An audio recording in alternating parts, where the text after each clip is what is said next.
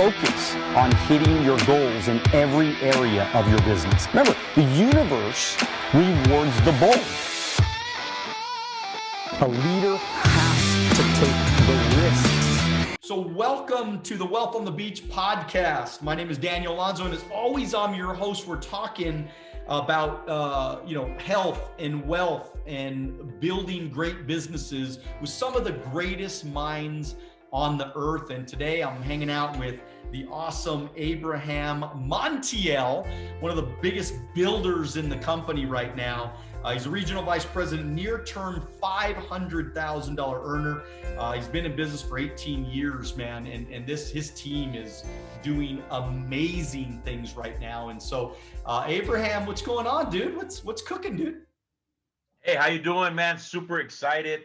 I know for a lot of things, people have had bad times during these days, but this is where the cream rises to the top. And I feel right now, the focus that I'm on is just to be an inspiration, a beacon of hope, just to the people around, just battling.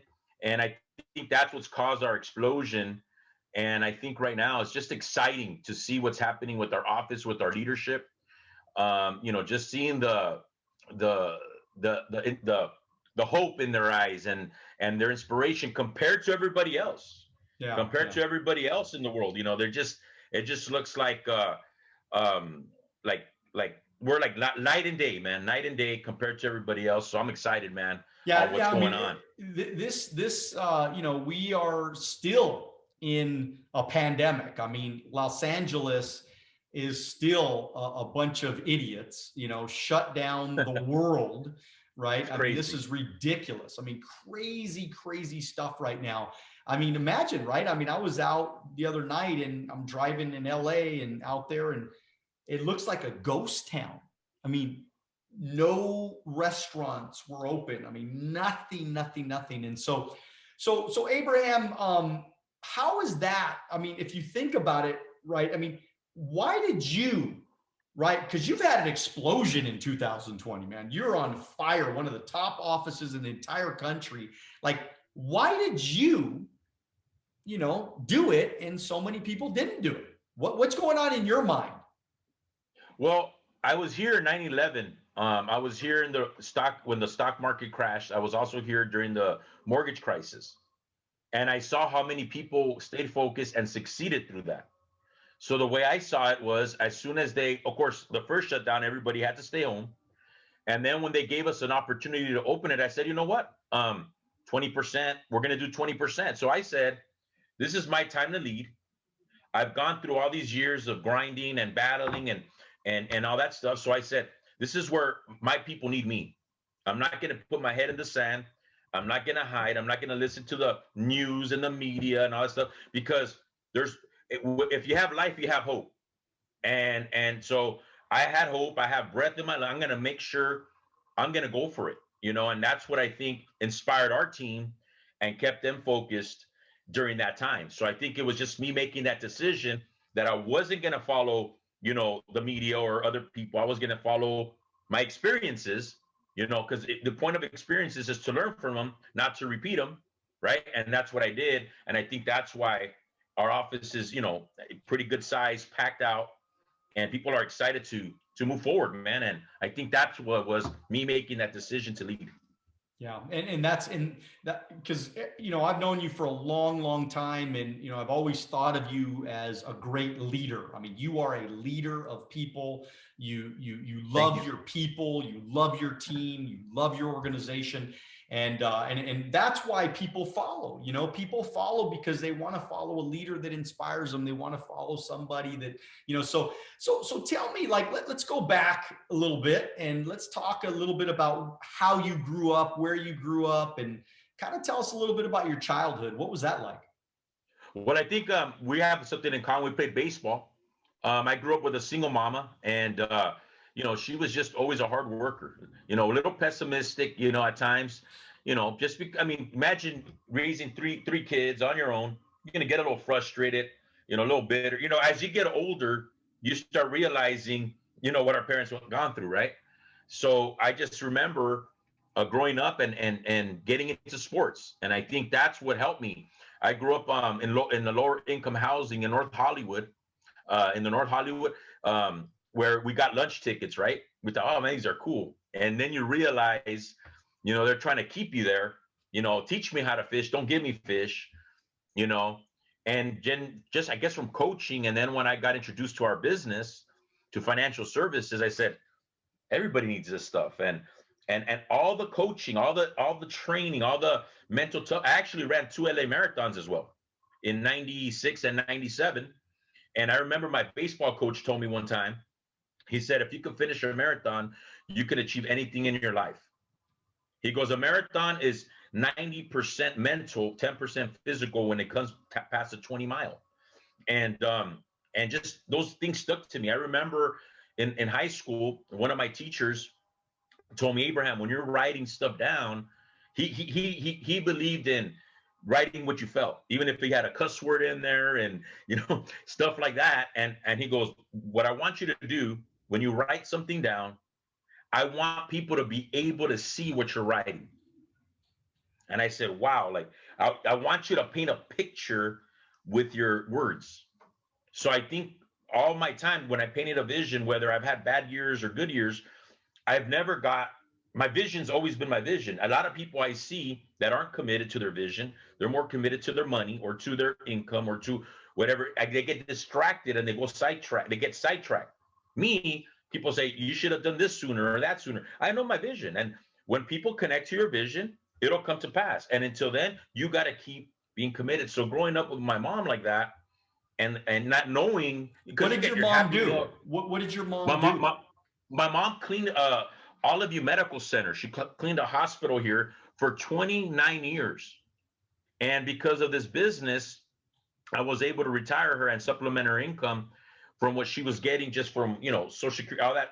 And she needed, but her body couldn't do it. So now I take care of her. And because of this business and our income now growing and growing, I mean, she's just in great shape. Of course, my mom's a control freak a little bit. So being away from work for 5 years, it's kind of, but I just see her and she's so proud of us. My other sisters have done well. They're, in college, they graduated college. They have so it's not just me that takes care of her. We all do, but I'm just glad she's not cleaning hospital anymore. Imagine if she would have been doing that during this COVID. Oh, no, so no. I'm just grateful for staying with it. So growing up though, like, I mean, what kind of kid were you? I mean, were you a good kid, bad kid? I mean, what like, tell me about, did you get in trouble as a kid? Tell me a little bit about your childhood, man. Well, I enjoyed partying growing up, I remember going out at 13. My mom would drop me off and I would drop me off at the party. My mom let me grow up. She didn't control me, but I was, the guy I would get good grades, but then you, because talks too much. My report card said talks too much. But yes, I was in the dean's office a lot. Yeah, they didn't realize, sorry for interrupting you, but it's funny because they didn't realize, right, when the teacher's writing, talk too much, and you get in trouble. Like, if you're a school teacher and you're listening to this, stop getting kids in trouble for talking too much. Praise them when they talk too much, because guess what? It's all of us talkers that end up becoming really successful one day. And that's exactly what happened to you, man. You were a communicator. You like to meet new people. You were always making friends. You were having friends around. You were talking. And then look at you now, man, making $500,000 a year. So go ahead. So tell me about those days in school. But I had my coach, Coach Verneau, to this day, he was my father figure. He's the one that told us about the marathon. It made us run the marathons and killed our speed, because long distance running kills your freaking speed, right? But I love him for his mental toughness. I love him for not giving us anything, making us earn every at bat, and I think with all of that, and I was just like you said, I like people having a good time. I like people having fun, and I just like going out. And we even had a party crew. I remember we started a party crew, us, a couple of group, my buddies and I. We had a guy on the group that in our we called LCH, Latinos Causing Havoc. And we used to throw flyer parties. I don't know if you remember the flyer parties. Oh yeah, I threw lots of flyer parties, man. Absolutely. So that's a lost art these days, right? It is. Now if you throw one, they'll stop it in.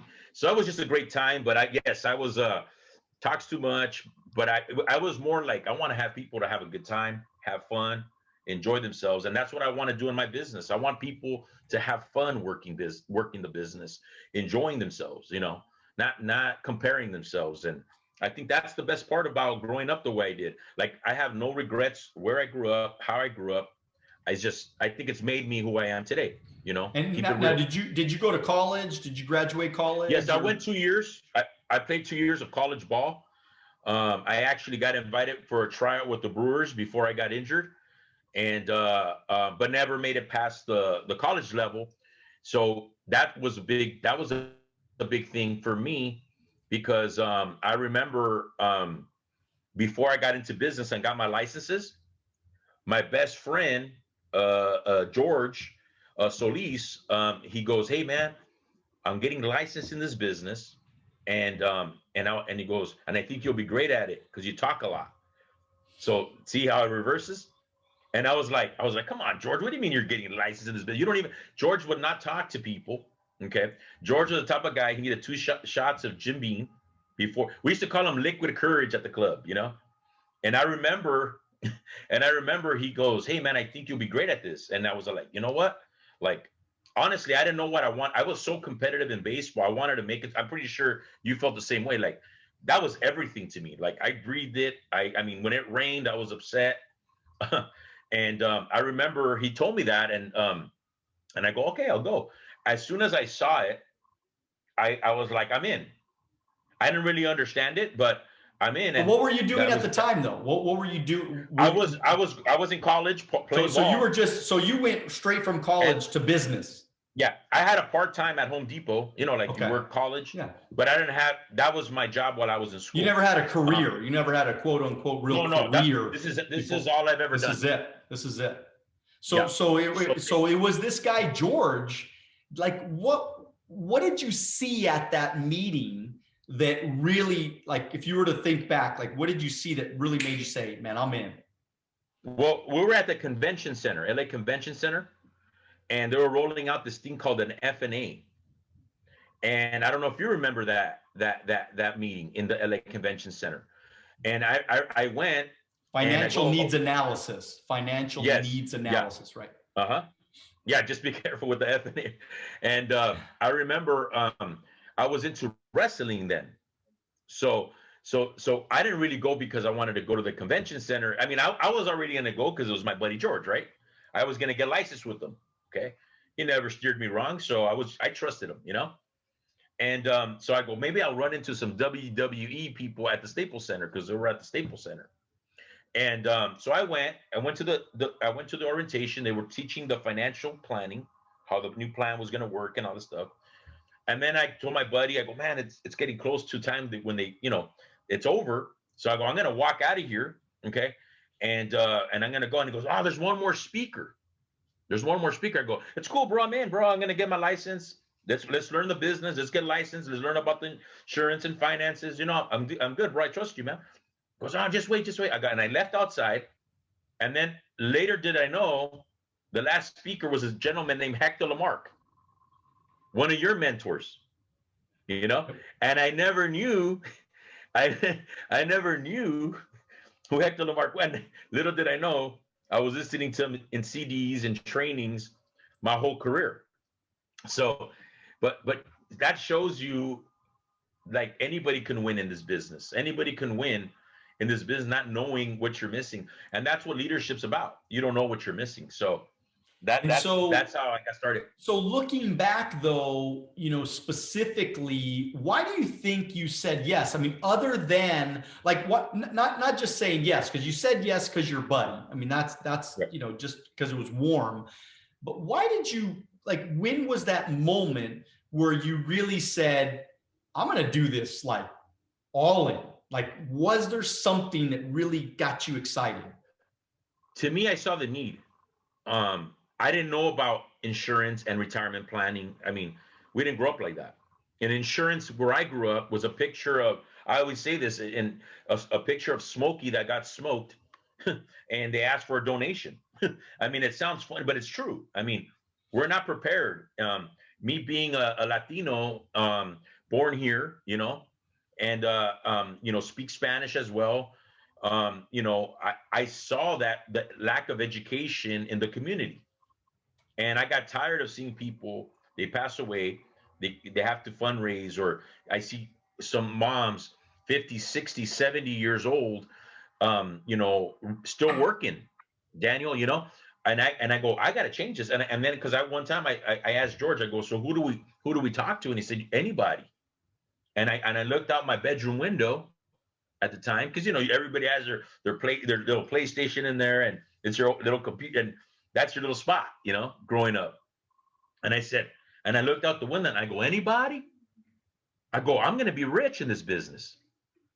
And that need, what it was, is the need, and that I was willing to go and spread the news. That's what got captivated me, is that nobody's teaching this to the middle class families, and let me tell you something, even people with money get taken advantage of. They're not even 100%, because they make so much money, people could just take and take and take. But when someone comes in and educates a family from what they learned, I saw that as who else is going to do it? And here's what's funny, the banks ain't going to do it. And I used to always say, if you go into a bank right now, they have ATMs instead of people. We're looking for people. So these guys put lollipops on top of an ATM while we're over there looking for people, right? To license and train. The personal part of financial services is gone, besides our business. And that's what I saw back then. And now it's even better now that it's coming to fruition. Powerful, so that's the man. way I see it. And really, and it's kind of what I saw too. When I got into financial services, I saw that it was never ending. It was like, the market will never go away. It's only expanding. It's never going to shrink.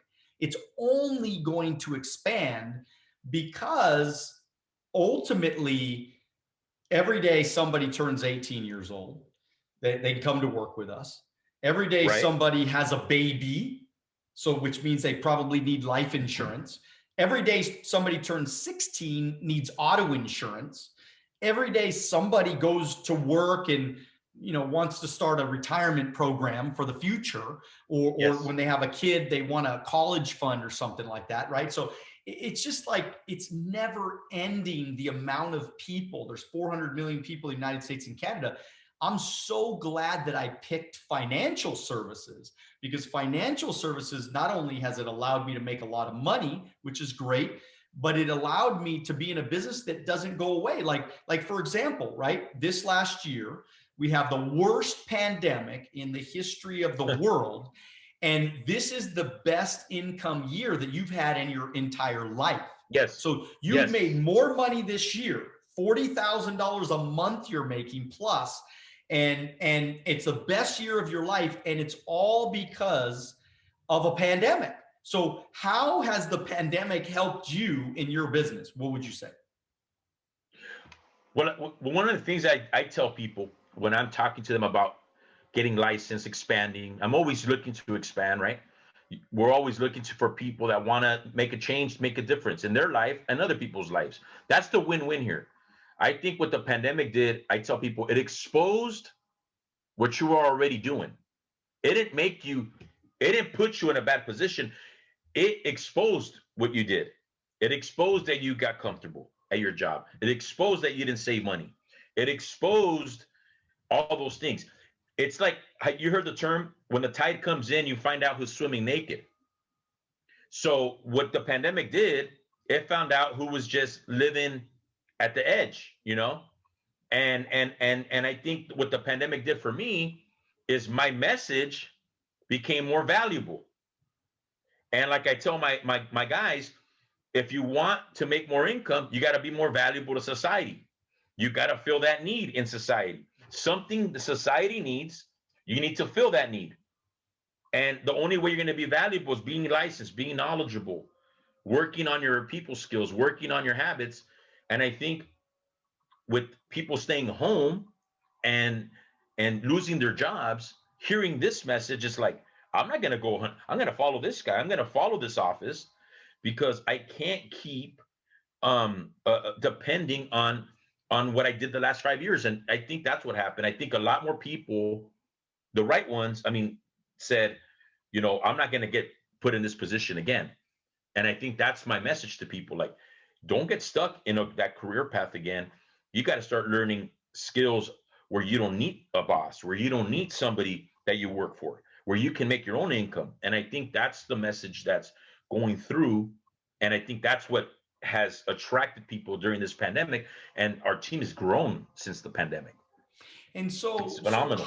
how do you, because you're a really good coach and you are great at building team camaraderie and meeting attendance and getting people to follow you, you know? And so for all of our listeners, I want you to kind of coach all of us on how we can be better coaches, how we can get more people to follow us. And because I think that's a major challenge for a lot of people. They recruit a bunch of people, but getting them to follow is a different game. So can you give us some thoughts on that? One of the things I think is, don't forget where we come from, right? Know where people are at. You don't know what they've gone through. Today I posted a guy walking down a picture on Instagram, a guy walking, and it says, lost his loved one, just broke up in a bad relation, and he's holding his bags, you know, and we don't know where people are coming from. So today I posted, recruit people without judging people. And I think me with not only getting people in the licensing process, I think what's helped me is I'm very honest with my guys, very direct with my guys. I don't try to be someone I'm not, because sometimes we try to cater to people instead of the vision that you're given. Now, that doesn't mean disrespect people. That doesn't mean put down people, but it does mean you got to stand firm for what you're called to do. And I see a lot of people that aren't direct with their people because they're afraid to lose people. And if you're afraid to lose people, you're going to lose them anyways, because that means you're allowing them to lead and you're not leading. And I think that's where, like, if you're not bumping heads once in a while with your people, then you're not leading your people. If everybody's always yes and yes, sir, yes, no, you need to have, you know, constructive conversations, you know, where you have, well, I heard something from Steve Jobs, that he said that he had a conference with people, right? And they said, he goes, so you're in, yeah, he goes, I don't have no managers or anything in Apple. And he goes, everybody, we have committees. And they go, committees? The guys, what do you mean? Yeah, and then I go into each committee, and then everybody goes through ideas. And he goes, and the guy goes, you give ideas too? He goes, yeah.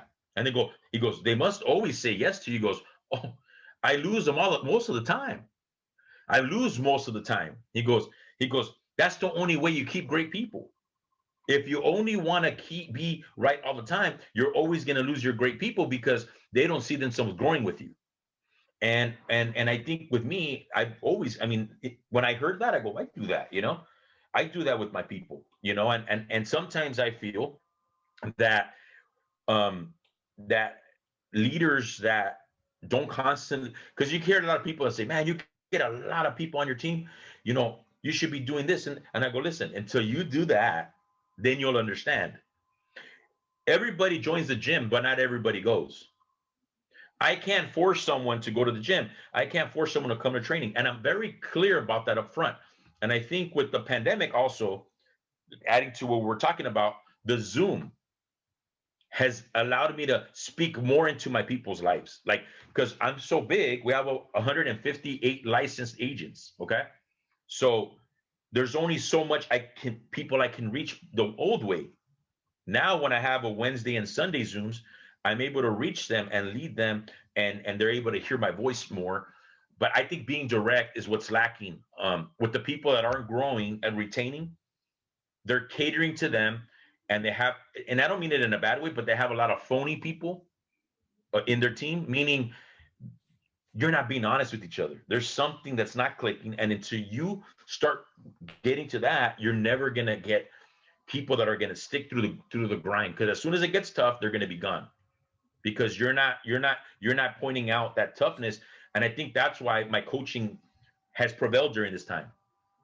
Yeah, and I think that ultimately, I remember this scene in Rocky. I think it was Rocky 3, and he was One of my talking with, favorites.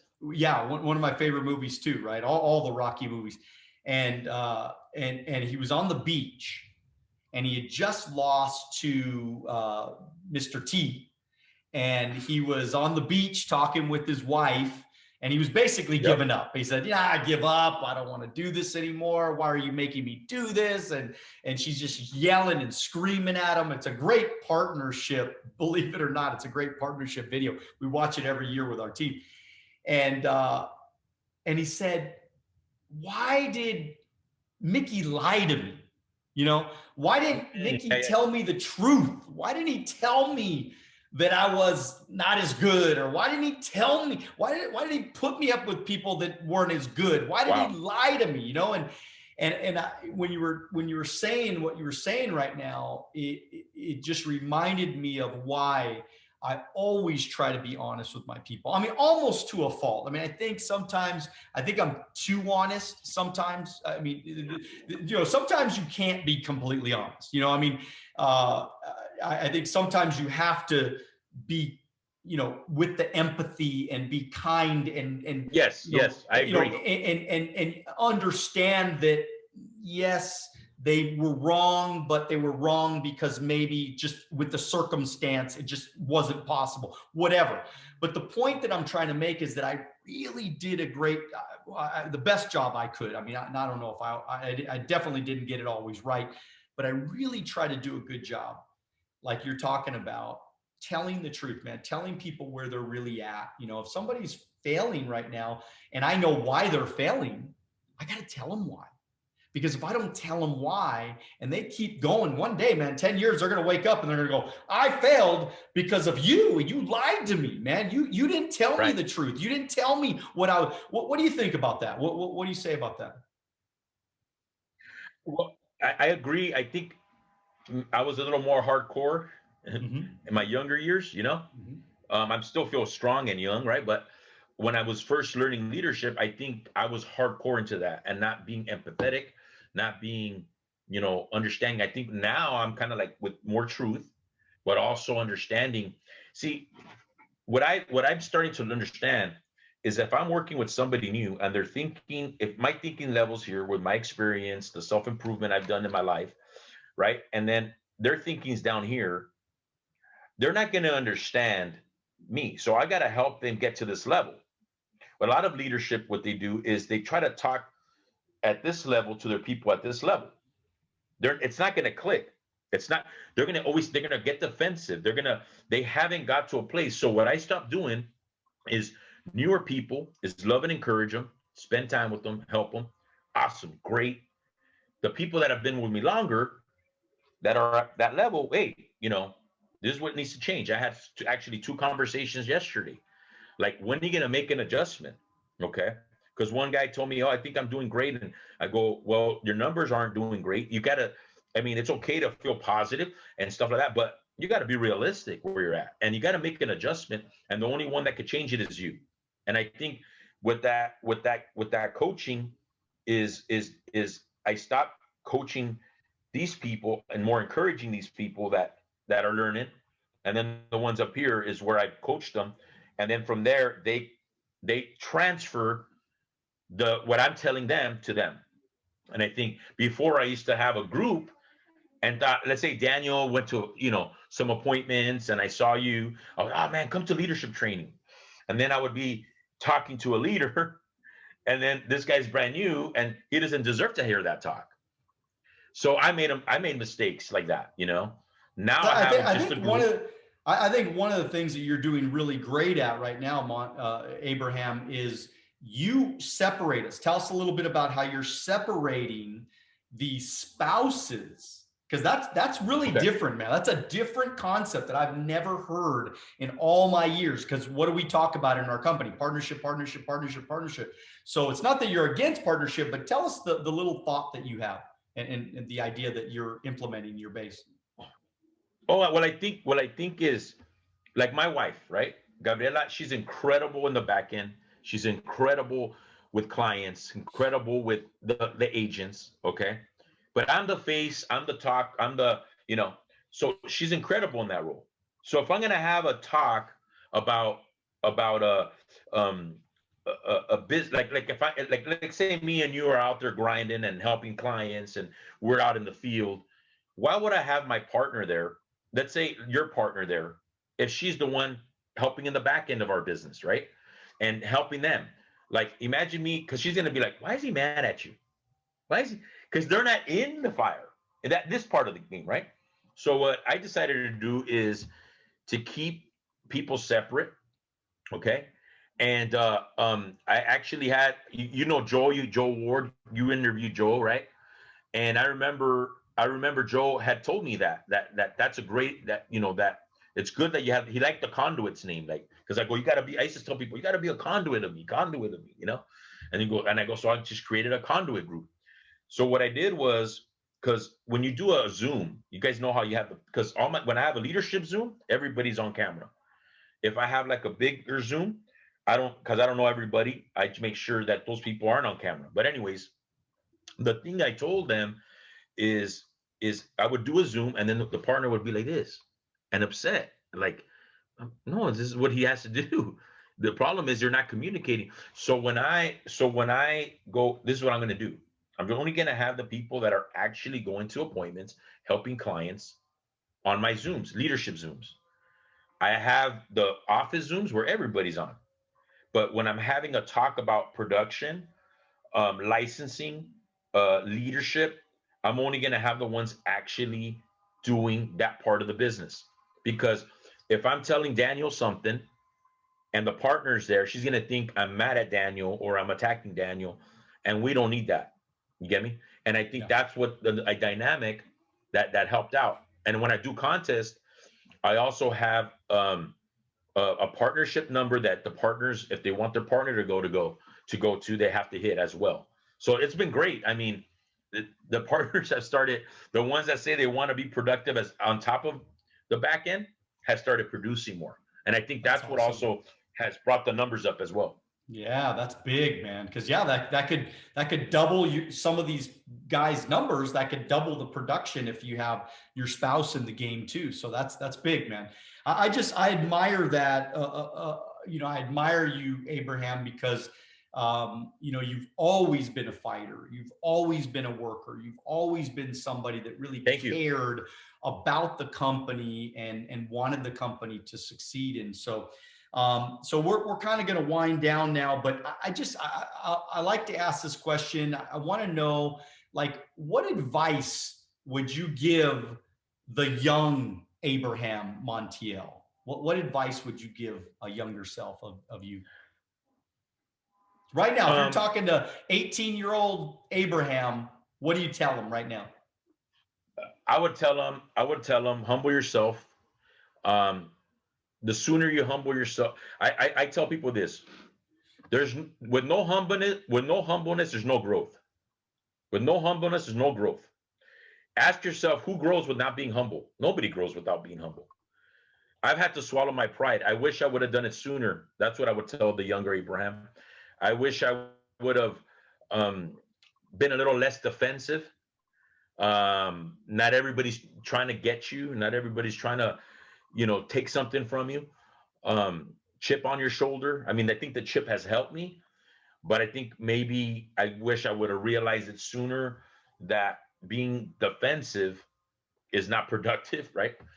Um, and I would just say, um, I mean, I think I've always put in the time, so I won't say, hey, put more time, but I would say be wise with your time. Be more wise with your time. don't play around with time, because time goes faster. It blows by, and you don't want to end up, bitter and older. I tell everybody, you either get bitter with age or you get better with age, and it's up to us. And I think I would say for me more, it would be humble yourself sooner. Listen to understand, not to reply. And I think those are the things that I would tell them, like, just be more aligned, and I think those are the tips that I would give for me, because those are I the love that, Abraham, because I mean, especially coming from when you don't have a lot of money, right? I mean, a lot of what the poverty mentality really is, right? I mean, it is a form of poverty mentality where, you're defensive because you don't have anything, and you always think somebody's trying to scam you, because in poorer neighborhoods, what is everybody doing? Scamming each other, man. Everybody's trying to get more money because they don't got money. That's why I tell people all the time, That's right. don't get down on rich people, man. It's good to be rich, man, in America. It's good to be rich, because the last time I checked, right? When I leave my house, I'm not thinking about how I can scam somebody for their money, or I'm not thinking about how I can steal something, right? Think about it. A poor person, poor mentality is they are leaving their house and they're thinking survival mode, right? I have to survive. I have to go steal, Yes. get something for me and my family, which I get it. But ultimately, we have to get rid of that poverty mentality, because it really makes us way too defensive. So if you're listening right now, somebody out there, and you always feel yourself being defensive and thinking that somebody's out trying to hurt you, lessen that, that feeling, lessen it, and give yourself an opportunity to seek to understand, seek to be wise, seek to figure out what they're really talking about. Yes. And then you can determine whether or not it's a scam or somebody's trying to hurt you or whatever. But don't think that everybody, and the reason why I always say this is because, look, I mean, there's a lot of rich people going on in the world, all over the world. There's a lot of rich people, and they're building big houses and mansions and cars and Ferraris and all. They ain't building it just to build it. They're building it because somebody's going to buy it. And guess what? Yes. Something works out there. Doesn't mean that my business is going to work for you, but something is going to work in the world to help you get the things that you want. You just have to have faith that some of those things are out there. So, hey, look, man, just to kind of wrap it up, Abraham, what's your favorite book? I have a few, but my favorite one is How I Grew Up, and it's No Excuses by Brian Tracy. Awesome. No Excuses, and that's funny because when I was playing baseball, our coach had T-shirts made that had our team name, and then it said "No excuses, make it happen." And when it said "No excuses," it had the little circle with the little line across. I don't know what that's called. I forgot what it's called. Yeah, no, But I know that what little you're saying. circle Yeah, with that's cool. So and it said, so I said "No excuses, make it happen" in the back, and that was our model. We went from a last place team.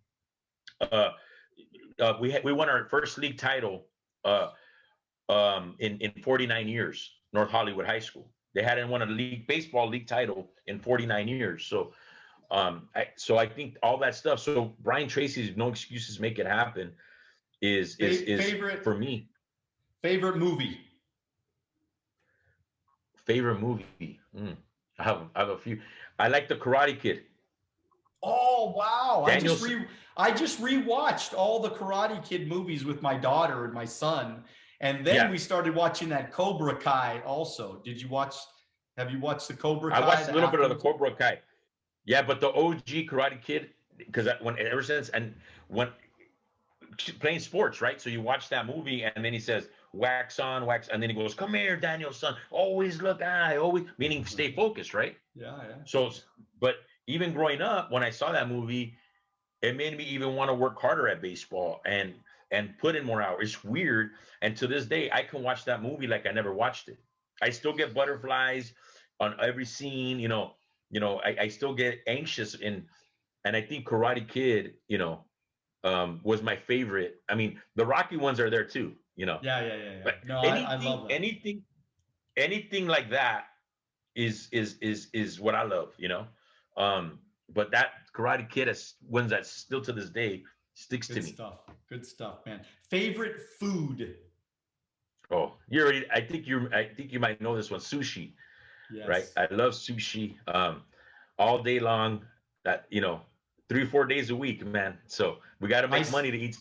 There you go. Ice cream or cake? Cheesecake.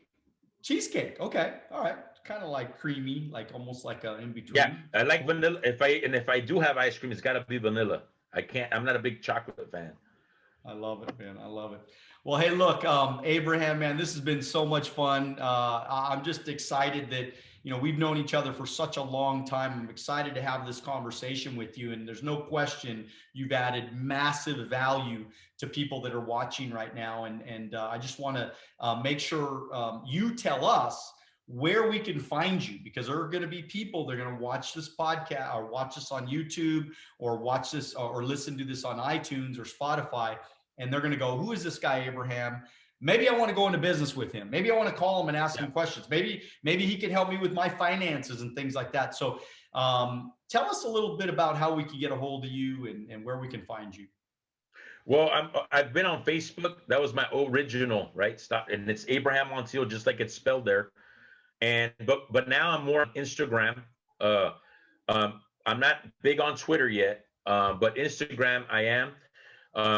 And that's my main source now. I kind of said Facebook's like my old girlfriend's and Instagram's my new one. Oh, you know, okay. All right. new thing. Yeah. You get me? And because the people on Facebook, it's like people you knew for years, right? And Instagram, it's all it's the new generation, you know? And I think that's why I've gravitated towards. So that one's Abraham Montiel altogether, like my name. And then the real Abraham Montiel. And so just the real, and because there's no imitations, right? And like the real Daniel Alonzo. I love it. Yeah, so the real Abraham Montiel on Instagram. Okay, Abraham, thank you so much for being with us. I want to let everybody know, make sure you go out and follow Abraham right now. Get to know this stud. Start, you know, picking up some of those books that he recommended. And look, take some action today. You know, do something different today. You know, after listening to this or watching this, do something different. Take some action and just make sure that you continually dream bigger. Get after it, as always, and do it now. God bless you. We'll see you guys at the top.